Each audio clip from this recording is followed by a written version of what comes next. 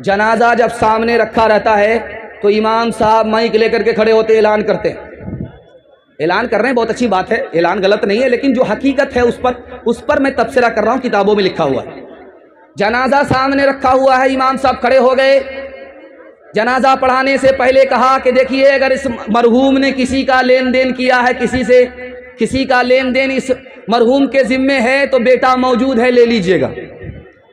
اور اگر کسی کو تکلیف پہنچائی ہے زبان سے، ہاتھ سے، تو معاف کر دیجئے گا دل سے. لیکن کتابوں میں لکھا ہے کہ اس اعلان کا کوئی فائدہ نہیں ہے.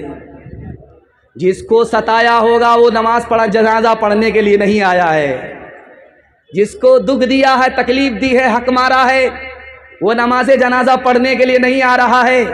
تو یہ اعلان سر سے اوپر جا رہا، کوئی فائدہ نہیں. اگر اس اعلان کے انتظار میں آپ رہے تو آپ کا گھاٹا ہے.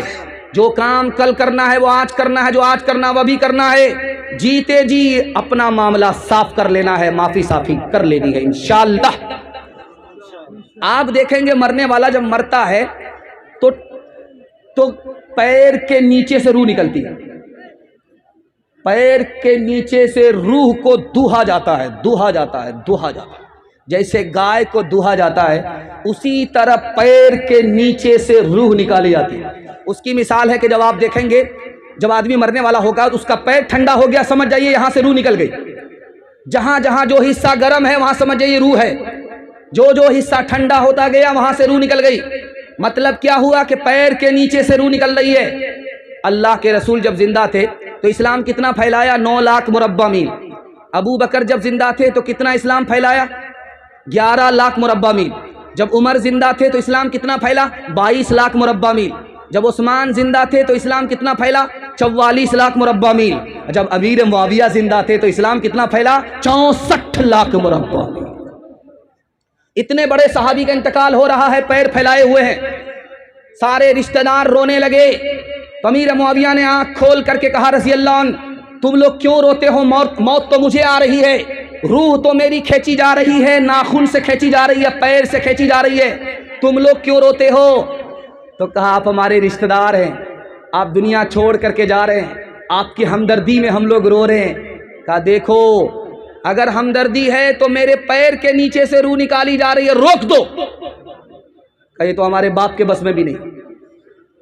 کہا پھر یاد رکھو میری بات، میری روح قبض ہو رہی ہے، میرے بعد دنیا سے دھوکہ مت کھانا.